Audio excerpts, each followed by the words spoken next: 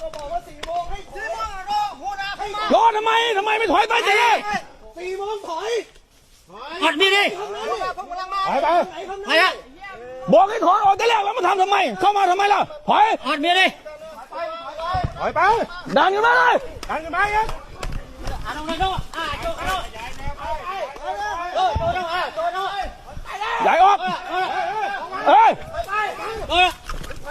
เอาดิ มา อันเคลียร์ตึกขาดจ้ะ มา มาดุยเยอะ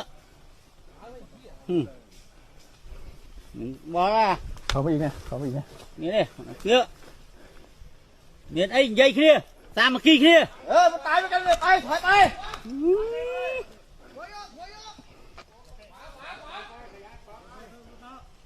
ตาเดียวขยับแล้วขึ้นมาตาเดียวขยับแล้วนะ แต่แรกแล้วมาทำทำไมเข้ามาทำไมล่ะถอย อดมีดิ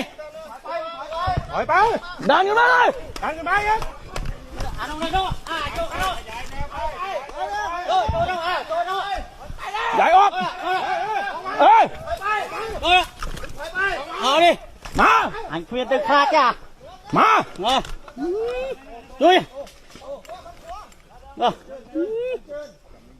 เยอะบอกว่า เข้าไปอีกเนี่ยเข้าไปอีกเนี่ย นี่ดิเคลียร์เดี๋ยวไอ้ใหญ่เคลียร์ตามมาขี้เคลียร์ มันตายไปกันเลยไปถอยไป